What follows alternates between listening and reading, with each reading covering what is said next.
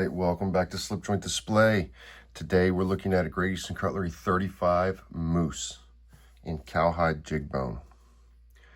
This is knife number 351225. Let's get into the model.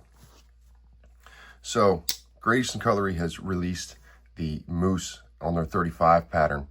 This was the last of the 35 pattern to come out on this most recent run, this 25 run. You have a clip point main and a spear secondary, although both these blades are full size, and that's par for the course with a Moose. This knife is 2D trim, so you're talking a drawn swedge, nail nick, satin finish, no fluting on the bolsters, bar shield, and this bone is pretty nice. I am really liking this model a lot. Like I said, it's Tidiute, so here's your tube. Tidiute Cutlery, classic pocket knives, big picture of the Moose on there, number 35, Churchill Moose, 1095 carbon steel. I didn't even realize this was being called a Churchill till just now. Nothing else to it, although here is your pin, Tidiute Cutlery 35 Moose. So, dig it. As far as the knife is concerned, like I said, it's an equal end cigar pattern. Two full-size blades, one clip point, one spear point. Cam tangs, no fluting on the bolsters, but done really well, and I really dig that bone. That looks good. As far as it being called a Moose, the name of the pattern comes from the fact that with both full-size blades out, it's said that they stick out and look like a moose's antlers.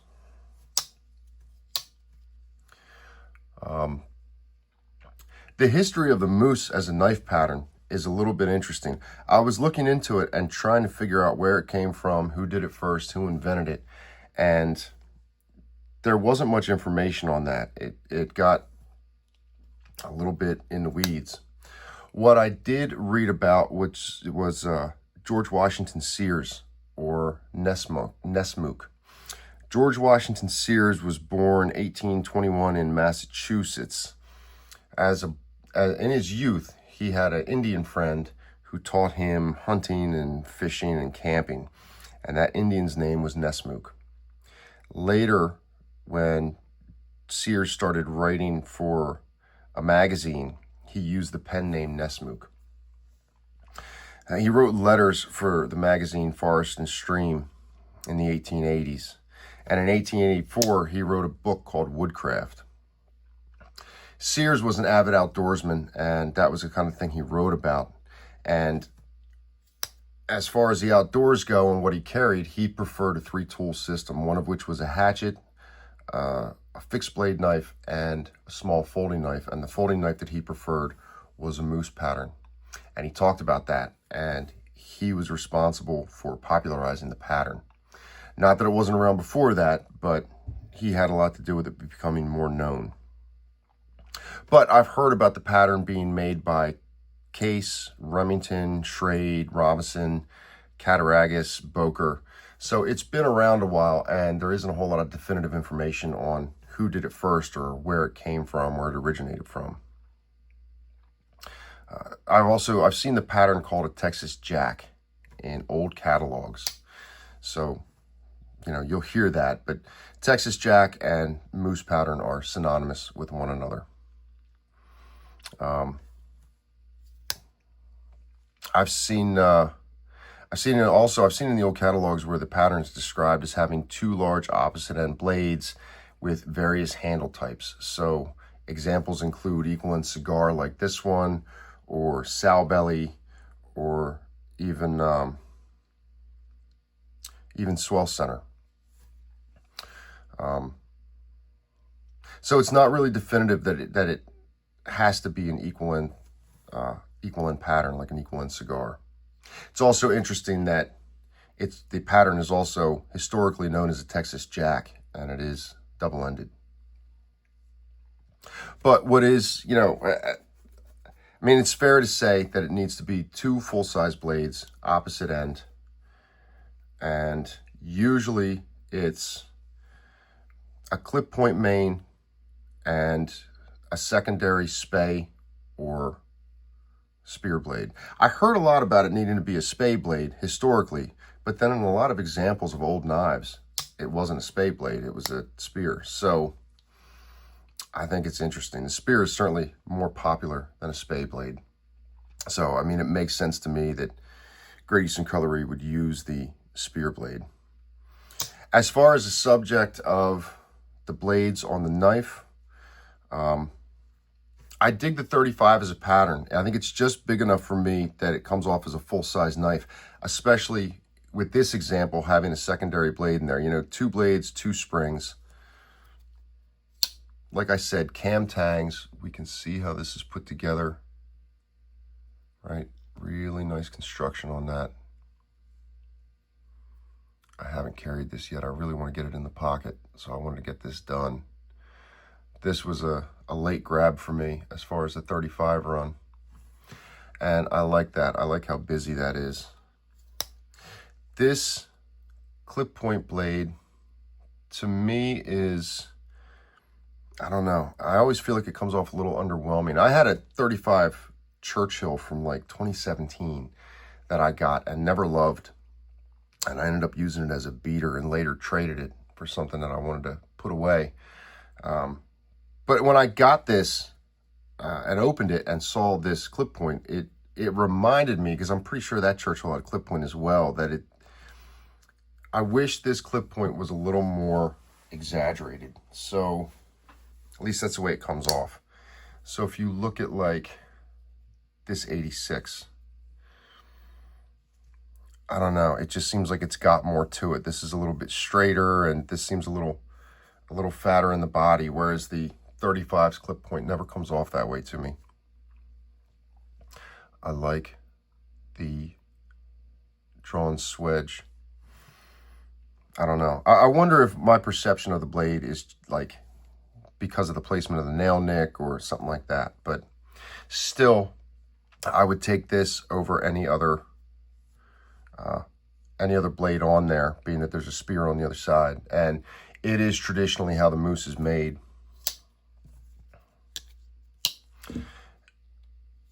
As far as the spear point, I love it. I think this is perfect. I even really dig where the nail nick is. I mean, it seems to me like the nail nick is sitting a little bit far back on the blade, you know, closer to the middle than up here. But I really like the look of it.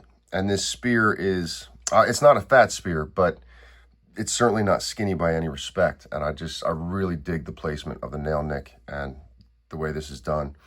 I mean, in fact, I would prefer it if, on this particular knife, if the spear was the main blade. And I'm saying main blade or master blade, and there's been some discussion on that in forums and everything else that I read up on when I was researching this, and people talking about which blade had to be the master blade. And then even discussion about why one was called the master blade and not the other. To me, it sits closer to the show side, so the side with the shield, as opposed to the pile side. And to me, that, I guess, defines it if you're going to name one of these blades as the main blade or the master blade. I mean, I guess in use, once you get going, it really doesn't matter. But I feel like this spear point, as a spear point, it's stronger as a spear point than this blade is as a clip point. Like I said, if this was exaggerated a little bit more, I think I would like it more. But I certainly can dig it the way that it is. The action on these is good. Like I said, cam tangs, but good snap. Great Eastern Cutlery doesn't do mooses very often. And in fact, I'm in the midst of trying to attain another one of these. I guess the opportunity came up and I thought, you know what, let's just get it and set it aside. I mean, as far as multi-bladed knives go, and I dig multi-bladed knives. I like knives, I like my single blades, but I like knives that have a lot going on too. It's interesting. And I was thinking about this.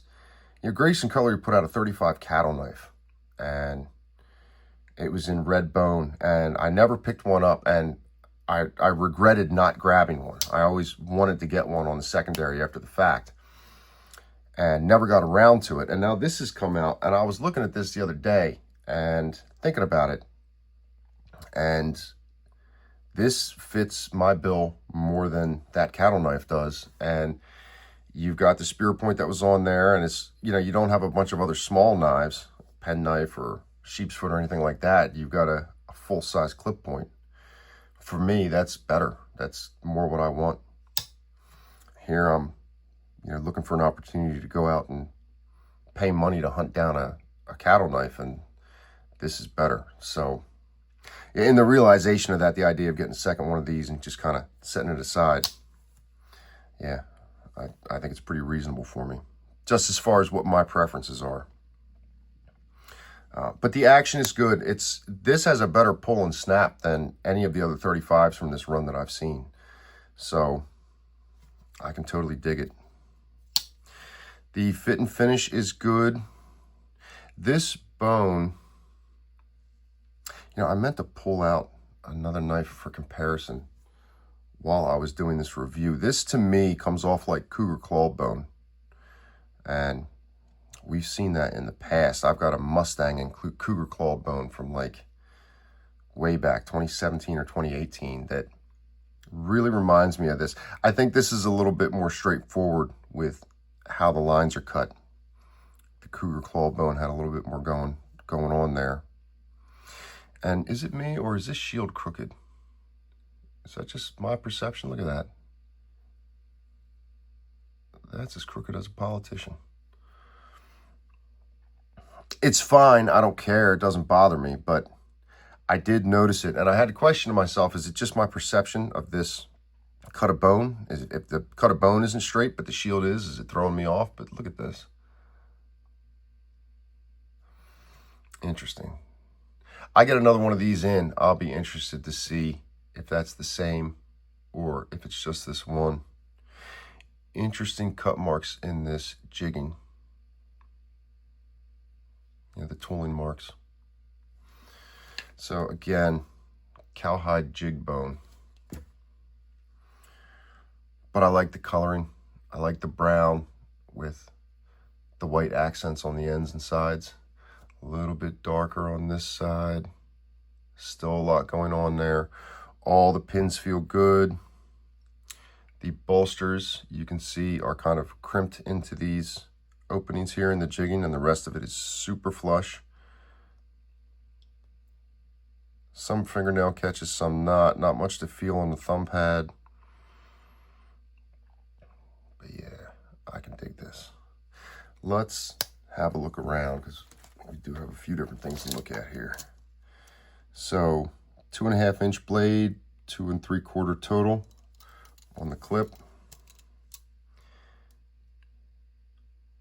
3 3/4 handle, something like that, around that.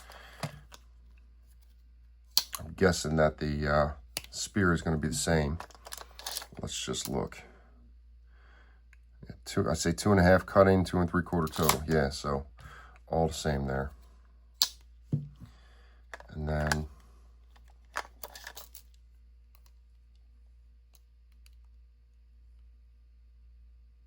about a half inch wide, roundabout, roughly. It does, you know, the fact that there's a second tool on there does make it feel more substantial in the hand. And ergonomically, I think this works.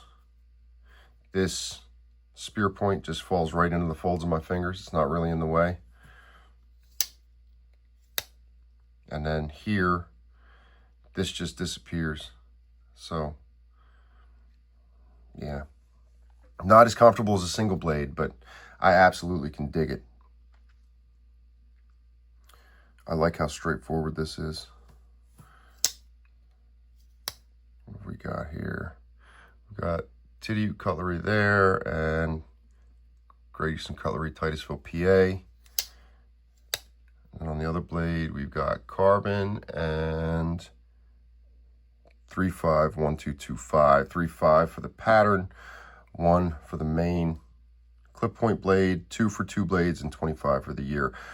Just one more level of confirmation that even in Great Eastern Cutlery's eyes, the main blade is the clip point because of that 1 in the knife number.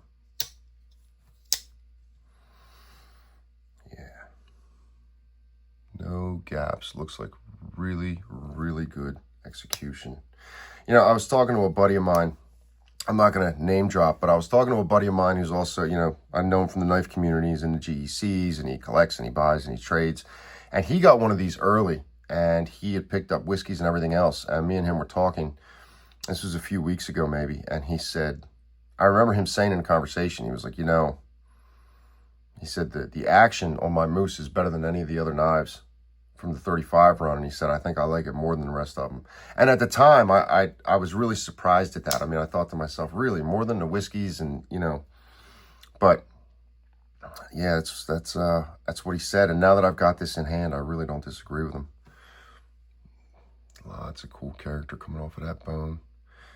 I like how this lightens up. I like the darkness of this, and I wasn't expecting this in getting this knife. I wasn't expecting it to be this way, but I really like how there's really some stuff going on here with this color. It's not so straightforward.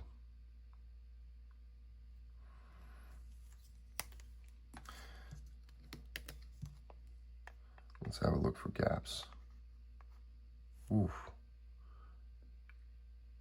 Man, that's tight. Look at that.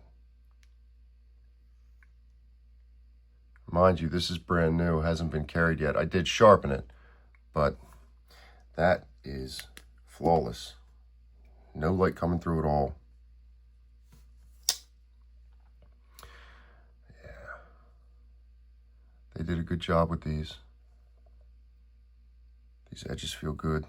This is going to be a user for me. I can't wait to see what this looks like with these blades patinaed.